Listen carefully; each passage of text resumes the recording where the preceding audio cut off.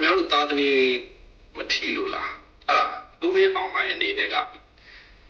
ဘာလုပ်နေတာလဲကျွန်တော်ဒါမေးရတော့မယ်ဟုတ်လားထားတဲ့အဲ့ဒီအဲ့မျိုးတွေနေရာမှာခင်ဗျားတို့ဒီခင်သေးတောင်မလားသူဆိုရင်ခင်ဗျားဘယ်လိုခံစားအဲ့ဒါကိုအောင်နေတော့အဲ့ဒီခင်ဗျားဘယ်လိုလိုက်အဲ့ဒီဒီမျိုးတွေကိုဟာကပြန်သားသမီးမဟုတ်တို့တူတဲ့ဆိုတော့ဒီစိတ်ရင်တိတ်မောက်တဲ့စိတ်ပြင်းပြင်းထန်တဲ့ကိစ္စပါအဲ့လိုထုတ်ပြဖြစ်တဲ့ဖြစ်ကြစားလုပ်ခဲ့ရအောင်ခင်ဗျားသားသမီးလားဆိုခင်ဗျားဘယ်လိုလုပ်ကဲချစ်ပရိသတ်ကြီးများအားလုံးပဲမင်္ဂလာပါစတမ်ပီ YouTube reaction နဲ့တဖန်ပြန်လဲကြိုဆိုပါရစေ။ကဲဟုတ်ပြီကျွန်တော်ဒီနေ့ကျွန်တော်လုပ်တော့မယ် video reaction တွေကဘယ်သူတွေဖြစ်မလဲဘယ်သူတွေဟောင်းမလဲဘယ်သူတွေလောမလဲဆိုတာကိုကျွန်တော်နဲ့အတူအဆုံးထိပါလိုက်ပါကြည့်ရှုဖို့ဖိတ်ခေါ်ချင်ပါတယ်။ကဲ let's go တက်မတော်ကိုချစ်တဲ့သူနဲ့အဘချစ်တဲ့သူကမတူဘူးเนาะအဘချစ်လူရန်စားတက်ရှိတယ်တက်မတော်ကိုချစ်တယ်ဆိုတာကတက်မတော်ထဲမှာရှိနေတဲ့အရာရှိအရာခံအကျက်စစ်သည်ရဲမေတက်မိသားဆိုရင်အားလုံးကိုချစ်တာအားလုံးကိုချစ်တယ်ဆိုတာကတက်မတော်သားတွေရဲ့အခက်ခဲတွေတက်မတော်သားတွေရဲ့ဘဝတွေကိုတကယ်ကိုစာနာပြီးတော့ဒါကိုယ့်ရဲ့တက်မတော်နိုင်ငံရဲ့တက်မတော်ချစ်တာအဘချစ်လူရန်စားဆိုတာကတော့ဒီအဘတွေနဲ့တွဲပြီးစီးပွားရေးလုပ်နေလို့ပဲဖြစ်ပါစေဒီအဘတွေစီကနေပြီးတော့ဟိုဟာရှောက်တာရှောက်ဟိုဟာကြောက်အောင်ဒါကြောက်အောင်ဆိုပြီးရှောက်နေတဲ့သူတွေဒီလိုလူတွေကကြတော့ဟာဘယ်ဘာနဲ့ငါရင်းနှီးအတွက်ကြောင့်မလို့ငါတို့ကဒီအစိုးရနဲ့တက်မတော်ကိုထောက်ခံရမယ်ဆိုတဲ့ပုံစံမျိုးကြတော့ဒါအဘချစ်လူရန်စားအဲ့တော့အဘချစ်လူရန်စားနဲ့တက်မတော်ကိုတကယ်ချစ်တဲ့လူရန်စားဆိုတာလုံးဝမတူညီဘူးဘယ်လိုမတူညီလဲဆိုရင်တက်မတော်တကယ်ချစ်တဲ့သူကကြတော့အငိမ့်စားသွားလဲချစ်တယ်အဘချစ်လူရန်စားကြတော့အဲ့အဘအနားယူသွားလို့ရှိရင်အိမ်သားတော့မသွားတော့ဘူးဆက်ပြတဲ့တုံးတော်မတရားတော့ဘူးအဲ့လိုဖြစ်သွားတာအဲ့တော့တက်မတော်ချစ်တဲ့သူကအဲ့လိုမျိုးမဟုတ်ဘူးသူကအငိမ့်မဲစားသွားဟိုစစ်မှုတဲ့ဟောင်းဖွဲ့ဝင်မဲဖြစ်နောက်ဆုံးတိုက်ပွဲပဲကြာသွားလို့ကျင်းသူမိသားစုပဲဖြစ်တက်မတော်မိသားစုဝင်ဆိုတာနဲ့ဟိုဒါစာနာပြီးတော့ကိုချင်းစာပြီးတော့ကိုချစ်တာမျိုးပြီးတော့ဒီနိုင်ငံရဲ့တက်မတော်ဒီငါတို့နိုင်ငံရဲ့အန်ဒီရန်ဆိုတွေအားလုံးကာကွယ်ပေးနေတယ်ဆိုတဲ့ယုံကြည်ချက်နော်ပြည်တွင်းပြည်ပအဖြစ်သမားတွေမီဒီယာသမားတွေပုံဖော်နေသလိုငါတို့တက်မတော်ဟာမဟုတ်ဘူးဆိုတာမျိုးရဲ့ယုံကြည်ချက်မျိုးရှိတာဟိုမီဒီယာပြောလို့ရှိရင်အဲ့ဒါလည်းဟုတ်တယ်ဒီမီဒီယာပြောရင်အဲ့ဒါလည်းဟုတ်တယ်ဆိုပြီးတော့လေယူရတိုင်းရင်းတာမျိုးမဟုတ်ဘဲနဲ့ခိုင်မာတဲ့ယုံကြည်ချက်မျိုးရှိတာမျိုးကတက်မတော်တကယ်ချစ်တဲ့သူကျွန်တော်ဆိုလို့ရှိရင်တက်မတော်စီကနေပြီးတော့ရယူထားဘာမှမရှိသလိုမျိုးတက်မတော်နဲ့ပူးပေါင်းပြီးလုပ်နေတယ်ဘာစီးပွားရေးမှမရှိဘူးဒါပေမဲ့တက်မတော်ကအတွင်းရန်အပြင်ရန်ပေါင်းပြီးတော့မီဒီယာကနေရောအကြမ်းဖက်ပေါင်းစုံဝိုင်းဝန်းတိုက်ခိုက်ခံနေတဲ့အချိန်မှာတက်မိသားစုဝင်နေရဲတပ်ဖွဲ့ဝင်နေနောက်တက်မတော်နေစတဲ့သူတွေဥပဒေအမှတ်အသက်ခံနေတဲ့အချိန်တွေမျိုးမှာကျွန်တော်တို့က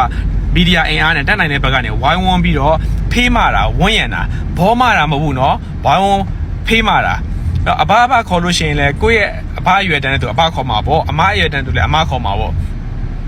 ့ဒါကျွန်တော်မြန်မာလူမျိုးဗုဒ္ဓဘာသာတွေရဲ့ယဉ်ကျေးမှုထုံးတမ်းအစဉ်လာနဲ့ညီဂါရဝါစနေဝါစတာပြီးထားပြီးတော့ခေါ်တာဒါပေမဲ့သူထမ်းဆောင်နေတဲ့ယာရုတောင်ဝန်သူဒီနိုင်ငံတောင်ဝန်ထမ်းဆောင်နေကျွန်တော်တို့ကယူသေးရမယ်လေးစားရမယ်သူထမ်းဆောင်တဲ့တောင်ဝန်ဒီနိုင်ငံမှမဟုတ်ဘူးဘယ်နိုင်ငံမဆိုသူတောင်ဝန်သူထမ်းဆောင်နေတဲ့နိုင်ငံဝင်တဲ့အကုန်လုံးကိုကျွန်တော်တို့ကသူ့ရဲ့ယာရုသူ့ရဲ့တောင်ဝန်နဲ့ထိုက်တန်တဲ့ယူသေးလေးစားမှုပေးရမှာမြန်မာနိုင်ငံမှမဟုတ်ဘူးအမေရိကန်မှာလည်းရှိအင်္ဂလန်မှာလည်းရှိတရုတ်မှာလည်းရှိအိန္ဒိယမှာလည်းရှိဘယ်နိုင်ငံမှာမဆိုရှိတယ်ဒါကြောင့်မို့လို့နိုင်ငံဝန်ထမ်းတွေကိုကျွန်တော်တို့ကတန်မိုးထားတာအလေးထားတာနော်အဘချစ်လူရန်စားကတော့ယာရုရှိနေလို့ရှင်တော့အဘဒါပေမဲ့ယာရုပြုတ်သွားတဲ့အချိန်မှာယာရုမရှိသွားချိန်မှာဖုန်းခေါ်ရင်တော့မကင်ကြတော့တာမျိုးတွေအိမ်ကိုဆက်ပြတော့ဒရုန်းအောင်မရောက်တော့တာအမလေးအရင်ယာရုရှိနေတော့ရောက်လိုက်တာအညာပြန်လာလို့ရှိရင်လည်းအညာဒေသအတွက်အစားအစာအစံနေစီတွေအကုန်လုံးနေအားနာလို့ရှိရင်တော့ယာရုပြုတ်ပြီးတော့၄-၅ လ6 လထိကတော့ရနေအောင်မှာပေါ့ပြန်များတခြားနေရာများရအောင်မလားဆိုပြီးတော့လုံးမျောလင်းချက်မရှိတော့ရှင်လှည့်တောင်မကြည့်တော့ဘူးဒါတွေလည်းတချို့လူကြီးလည်းကြုံတွေ့ရမှာပါအဲ့တော့အဘချစ်လူရန်စားဆိုတာတက်ရှိတယ်အဘချစ်လူရန်စားတွေကသူတို့စီးပွားရေးတွေလုပ်သွားတယ်သူတို့ယုံကြည်ချက်တွေလည်းမခိုင်မာဘူးခက်တာဗျအဲ့လိုလူမျိုးတွေကိုလည်းတချို့သောလူကြီးတွေကတာရတယ်ဗျတာယာပြီးတော့ဟာဒီလူတွေကိုကောင်းတယ်ဆိုပြီးတော့အနာနာမှာအလုပ်တွေကိုင်းနေပြီးအချိန်နဲ့ခါကျတော့ကိုယ့်ဘက်မှာမရက်တည်ဘူးတက်မတော့အခက်ခဲဖြစ်တဲ့ခါမှာလူဖို့တမ်းဖို့ဆိုအဝေးကြီးပဲထောက်ခံပြောဆိုဖို့ဆိုလည်းအဝေးကြီးပဲနီးသလိုနတ်သလိုလက်တောင်ချောင်းမဲထောင်ခြင်းသလိုတည်ရမလားရွာဘူးပဲထိုးသလိုတွေစိတ်တွေကဖြစ်လာကြတာနိုင်ငံခြားမှာပဲသွားနေခြင်းသလိုအဲ့တော့တကယ်တမ်းတက်မတော့ထောက်ခံနေတဲ့လူအားလုံးဒီချမ်းသာကြွားနေတာမျိုးမဟုတ်ဘူးချို့ဆိုလို့ရှိရင်တော့ကိုအိုးပြအိမ်ပြနဲ့ကိုထောက်ခံနေတဲ့သူတွေအများကြီးကိုယ့်ရဲ့ဘဝတွေကိုရင်းနှီးထောက်ခံနေသူတွေအများကြီးအဲ့တော့တက်မတော်မှာခံယူချက်ရှိတဲ့သူတွေအများကြီးရှိတယ်အဲ့ဒါကတက်မတော်ကိုချစ်တာ နော်အဲ့တော့အဘချစ်လူရန်စားနဲ့တက်မတော်ချစ်လူရန်စားတန်းတသားထားပြီးတော့ပြောနေတာကတော့ဒါရှင်းနာစရာကောင်းတာပေါ့ဗျာအဲ့တော့အဘချစ်လူရန်စားနဲ့တက်မတော်ချစ်လူရန်စားကွဲပြားကြပါစေလို့ပြောကြရင်လည်းနေကုန်းချုပ်လိုက်ပါတယ်ကောင်းသူထိတ်မကောင်းသူထိတ်ပါပဲအားလုံးကျေးဇူးတင်ပါတယ်ဟုတ် ခင်ဗျားတို့သားသမီးမထီလို့လားဦးမင်းအောင်ပိုင်းနေတဲ့ကဘာလုပ်နေတာလဲကျွန်တော်ဒါမေးရတော့မယ်ထားတဲ့အဲ့ဒီနေရာမှာခင်ဗျားတို့ခင်တီးတမလားနော်သူဆိုရင်များဘယ်လိုခံစားနော်အဲ့တို့အောင်ဒီဆိုတာဒီခင်ဗျားနိုင်ဘယ်လိုလိုက်ဒီမျိုးမျိုးကိုဟာလာပြန်တာမျိုးမဟုတ်ထို့တူပဲဆိုတော့ဒီစေးတိမ်မောက်တဲ့စေးတင်းညွန့်ခံတဲ့ကိစ္စမှာကျွန်တော်တို့ထိုးပြီးဖြစ်တဲ့ဖြစ်ကြစားလုပ်ခဲ့ရအောင်ခင်ဗျားတာမျိုးလားဆိုခင်ဗျားဘယ်လိုလုပ်ခင်ဗျားသမီးလားဆိုခင်ဗျားဘယ်လိုလုပ်မင်းအောင်မေးချင်တာအဲ့တော့အစိပ်ပါမှာခင်ဗျားတို့ကိုတာသမီးမဟုတ်ဘူးပေါ့လို့အဲ့တော့ဒီချိန်တိုင်းတဲ့ပုံစံမျိုးလေးအဲ့တော့ညတဲ့တိတ်ကအရမ်းမှုများနေအဲ့တော့ဒီတက်မတော့ဒီနိုင်ငံစီးလုံးကိုပါမင်းအောင်လိုက်ရှားလို့ကနေပြီးတော့လုံးဝစင်းနေဖို့လုပ်တယ်။ဘာလို့လဲဆိုရင်ဒီနိုင်ငံဒီတိုင်းပြည်ကဘလို့မှပြန်ပြီးစီးလုံးနိုင်မှာမဟုတ်တော့တက်လို့လာတဲ့စိတ်ကလည်းဘလို့မှပြန်ပြီးတော့ကြွလာနိုင်မှာမဟုတ်တော့ဘာကြောင့်လဲဆိုတော့သူအောင်စိတ်နိုင်စိတ်တွေကိုလည်းခင်ဗျားဝေးထုတ်ပေးနိုင်တယ်ခင်ဗျားတိတိကကြီးလုံးများလုံးနေတယ်အဲ့တော့ဒီဟာဒီပြဿနာတွေအားလုံးနော်စိတ်တက်လေးပေါ့စိတ်တက်ဖိုင်ဆိုင်ရမှာပြန်လဲတိဆောက်ဖို့တော့ကဘုံမြောက်မယ်ဒီရာထူကနေပြီးတော့ရှက်တဲ့ဆင်းသွားဖို့လိုတယ်အဲ့တော့နောက်တစ်ခုလည်းကျွန်တော်ဆက်ပြအခုစစ်မထမ်းမနေရဘူးဒီမှာကျွန်တော်မြင်နေတာကတော့လေသူမအောင်တဲ့တာသမီတွေပို့ချုပ်တဲ့တာသမီတွေရှေ့တန်းကနေပြီးတော့စစ်ထဲဝင်တော့ကျွန်တော်မြင်နေပါတယ်ဘာဘုံမစပါစင်းနေစင်လမ်းမှာကျွန်တော်တို့မကြားချင်ပါဘူးအဲ့တော့မဟုတ်ဘူးဆိုရှင်ခင်ဗျားတို့တွေရဲ့ဒီစိတ်တက်တွေနော်ခိုင်ချက်တွေစပါးခိုင်ချက်တွေအားလုံးညောင်းတွေကိုပြစ်ထည့်လိုက်ရခင်ဗျားတို့ဒီတရားမရှိဆုံးတကယ်ပြတယ်ကျွန်တော်မြင်နေပါတယ်ပြောင်းသားသမီးတွေအားလုံးလည်းစစ်ထဲဝင်လာပြင်ချင်ပါတယ်ဘာလို့ဝင်ရမှာဆိုလို့များဟိုချွင်းချက်အနေနဲ့တနည်းကို6000ဟိုတနည်းကိုဘယ်လောက်လဲရောက်6000လားရောက်6000လားအဲ့ဒီမျိုးဟိုခေါ်မယ်ပေါ့နော်တော့မယ်တော့မစင်းလာပါနဲ့ကျွန်တော်တို့ပထမဦးဆုံးမြင်နေတာကတော့ဗိုလ်ချုပ်တွေရဲ့သားသမီးတွေဦးမင်းအောင်လိုင်ရဲ့သားသမီးတွေဘရင်ဦးဆုံးစစ်ထဲဝင်တာကိုကျွန်တော်တို့မြင်ချင်ပါတယ်နော်လုံးဝမြင်ချင်ပါတယ်ဟိုအရမတာလေးနိုင်ငံကိုအုပ်ချုပ်တင်တော့တိတ်ခါရှိတော့ဟိုခေါင်းဆောင်များအဖြစ်ကျွန်တော်တို့တတ်မှတ်ကောင်းတတ်မှတ်လိုက်မယ်အခုပြည်သူထိမကာကွယ်ဘူးကမ္ဘာသားအောက်ခြေတွေထိမကာကွယ်ဘူးဖြစ်တယ်လို့ဖြစ်ကြတဲ့ဆန်းလောက်ပြီးတော့ခင်ဗျားတို့ရဲ့သားသမီးတွေမဟုတ်လို့ခင်ဗျားတို့ဒါမျိုးပြစ်ထားတဲ့ပုံစံမျိုးတွေဖြစ်နေနော်အဲဒါကြောင့်မို့လို့ဒါတွေအားလုံးဒီအဖြစ်တွေအားလုံးကြည်လည်နိုင်ဖို့ကတော့ဦးမင်းအောင်နိုင်ဒီရှားတူးမှမရှိသင့်ပါဘူးနော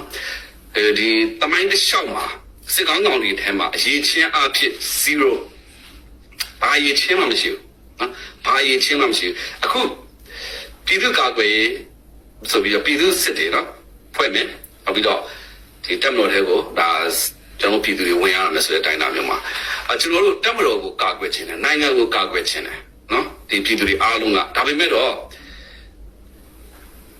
ဦးမင်းအွန်လိုင်းနဲ့မိသားစုကိုကာကွယ်ဖို့ဆိုတဲ့ခံယူချက်နဲ့တော့ဘယ်သူမှဝင်ချင်မှာမဟုတ်ဘူးအဲ့တော့ဒီမျက်နှာတွေကိုကျွန်တော်တို့အမြင်ချင်တော့ပါဘူး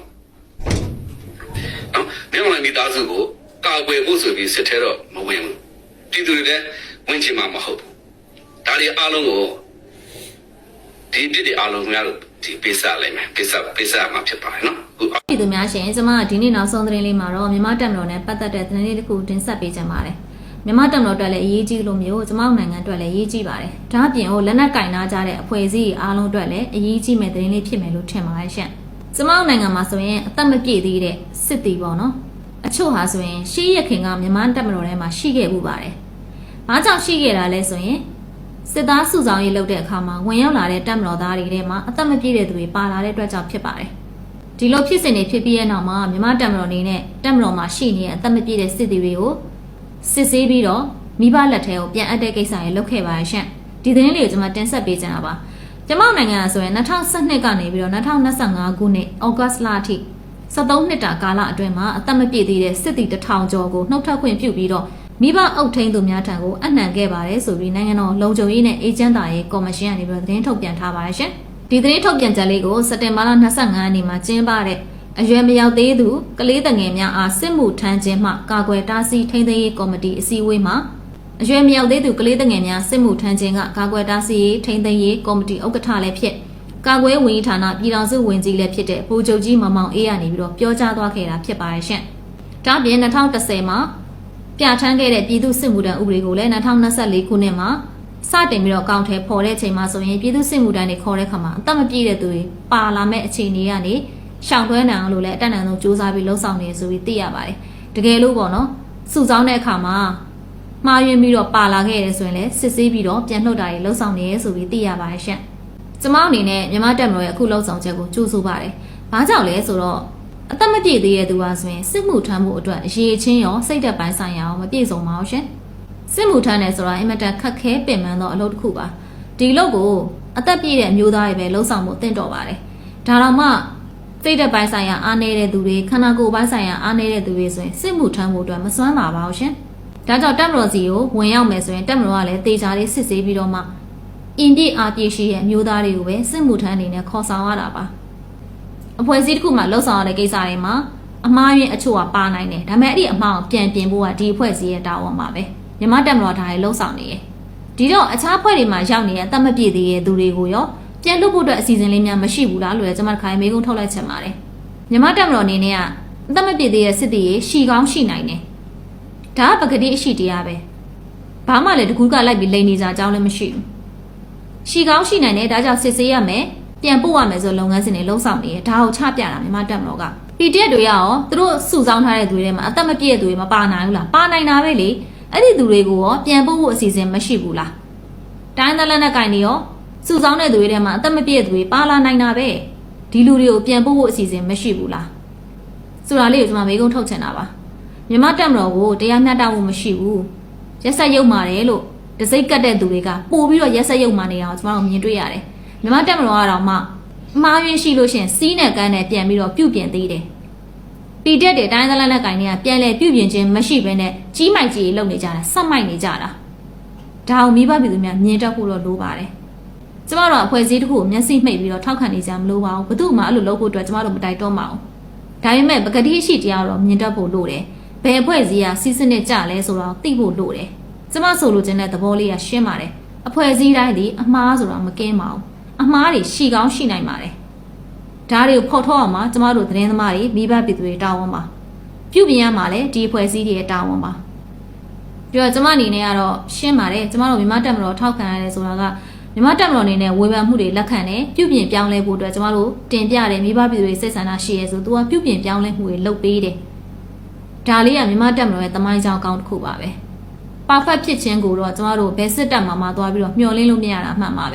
မြန်မာစစ်တပ်မှမဟုတ်ပါဘူးကမ္ဘာပေါ်မှာရှိရဲ့ကြိုက်တဲ့စစ်တပ်ကိုလက်ညှိုးထိုးလိုက်ပါအရန်ပါဖက်ဖြစ်ပါတယ်ဆိုတော့လုံးဝမရှိပါဘူးလူသားတွေနဲ့ဖွဲ့စည်းထားတာလေ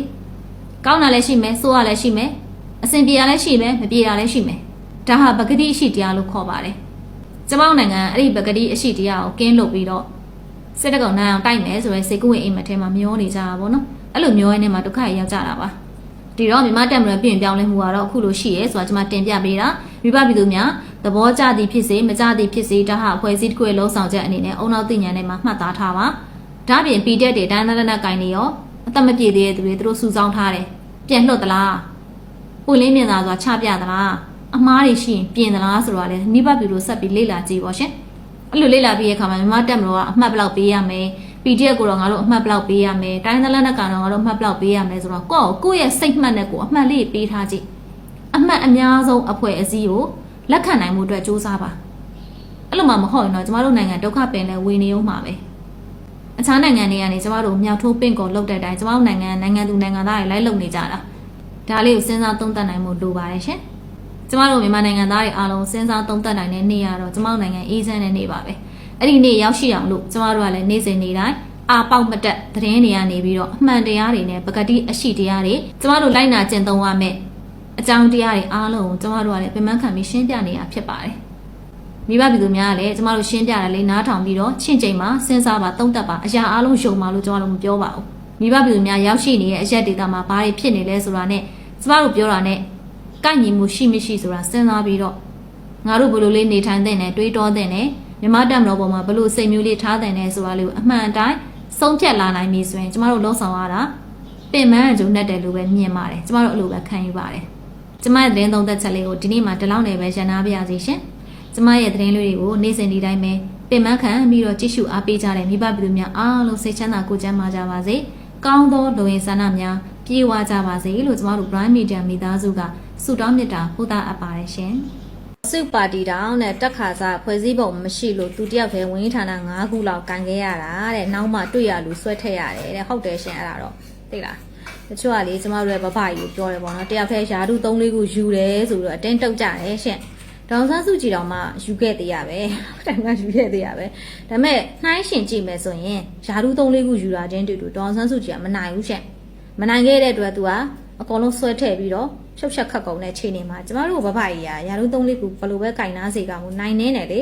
သူရတို့ရအားလုံးကနိုင်နေသေးသေးကိုလုံနေရဲဆိုတော့ကျမဘဘပူတော်တာဗောရှင်မဟုတ်ဘူးလားအဲ့လိုပြောလို့ရရနော်ဒါလေးကကျွန်မပြောပြပေးရသိအောင်လို့တရားကျွန်မအဲ့လိုပြောလို့ရှင်သိကြတယ်ကျွန်မကိုပြောကြလိမ့်မယ်ဘောမာဆိုပြီးတော့သူတွေကပြောมาလဲဆိုတော့ထမိန်ချုံနေရ လက်နက်ချအလင်းဝင်ပြည်သူတွေနဲ့ပူပေါင်းဖို့အထိတ်တမ်းပြီလက်နက်ချအလင်းဝင်